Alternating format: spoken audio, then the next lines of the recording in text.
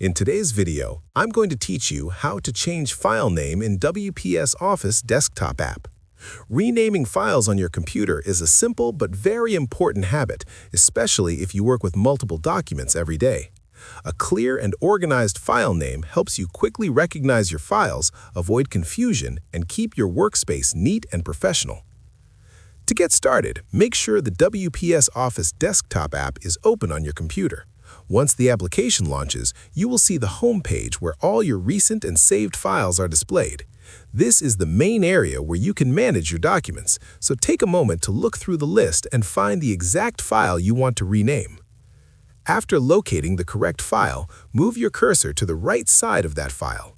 You will notice an icon with 3 dots. This icon opens additional options related to that specific document. Click on the 3 dots to reveal the menu.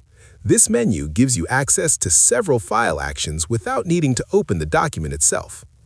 From the menu that appears, click on the Rename option. As soon as you select it, the file name will become editable. You can now type the new name you want to use for that document. Take your time and choose a name that clearly reflects the content of the file, especially if you plan to store it for future use or share it with others.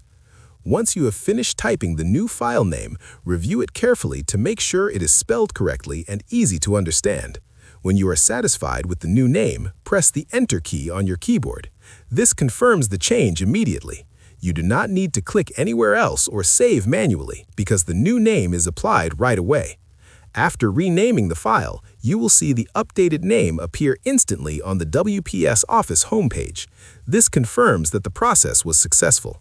You can now continue working, open the file, or move on to renaming other documents as needed.